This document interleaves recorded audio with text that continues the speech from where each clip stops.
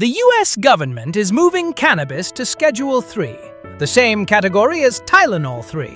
But while the internet celebrates, they're missing the biological fine print.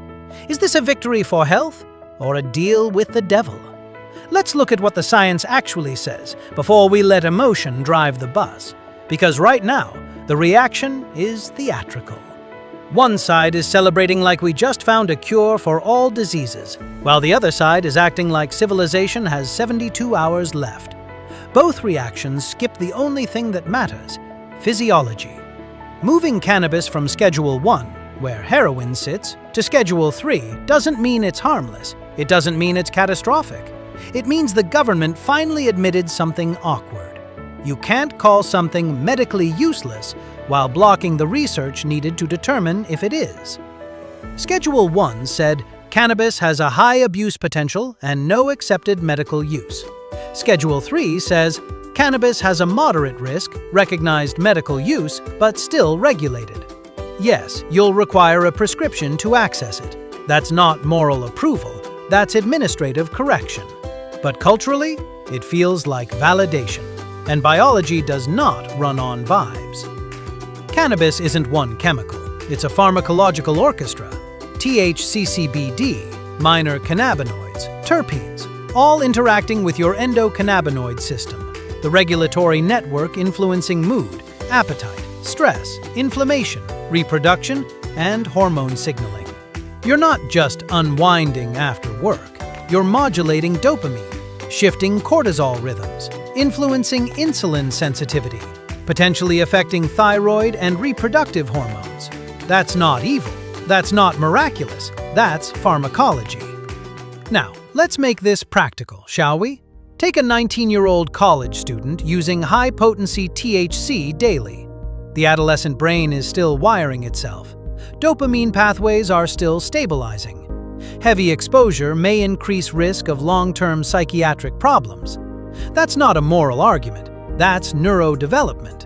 Now, let's take a 55-year-old with chronic neuropathic pain who hasn't responded to traditional medication. In this case, cannabis might reduce opioid reliance and improve sleep. Same plant, different physiology, different risk profile. Or consider someone using cannabis nightly for sleep. It works at first, then tolerance builds, then REM sleep architecture shifts. Then they stop responding to cannabis and rebound insomnia hits.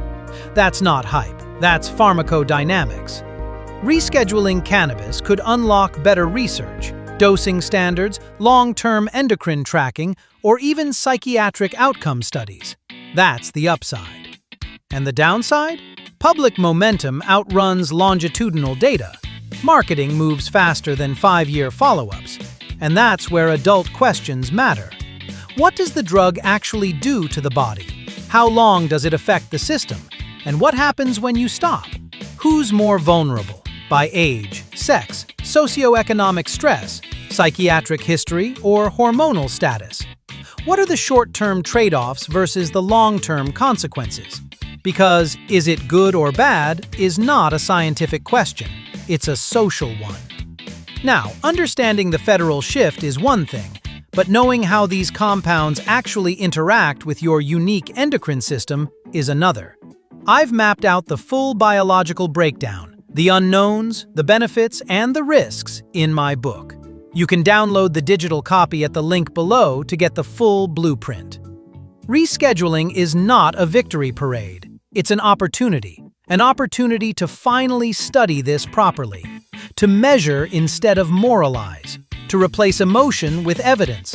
Science doesn't cheer, it quantifies. Emotion wants a headline. Science wants a controlled clinical trial. And autonomy? Autonomy demands that you understand the difference. Real autonomy starts with knowledge. If you want to dive deeper into the science of cannabis and hormone health, grab the book. Otherwise, watch this video next on thyroid and metabolism to see how the rest of your system connects.